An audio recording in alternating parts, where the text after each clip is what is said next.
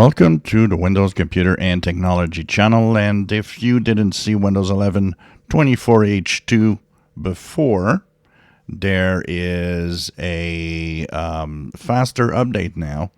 The updates have been opened to more machines, more PCs out there. I guess that explains maybe why my Acer Nitro was offered 24H2 in the last couple of days. Probably it has to do with this openness in sending out 24H2 to more computers. So if you didn't see it before and do want to have it, go and check out your Windows updates. That's where it's happening.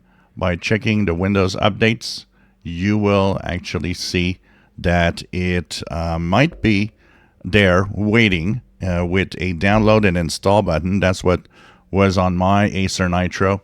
It was just written Windows 11 24H2, and it was just waiting for me to click the download and install button. As long as you don't click on it, it doesn't install automatically for now. So Microsoft does say that it's rolling out faster, more computers now.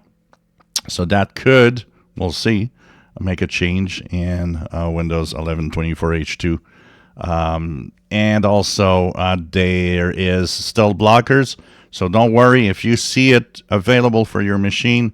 It's because you're not in the blockers that they have put on some of the PCs with different types of hardware, including printers.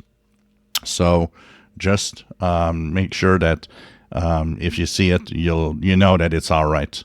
And of course, or hopefully it's all right. But my Acer Nitro seems to work fine. I haven't seen any issues at all for now. And so, and for those with blockers, well, or those that don't see it right now, don't go looking for it or don't force it. Wait for it to naturally show up in the Windows update before you install it. If you enjoy my videos, please subscribe, give us thumbs up. Thank you for watching.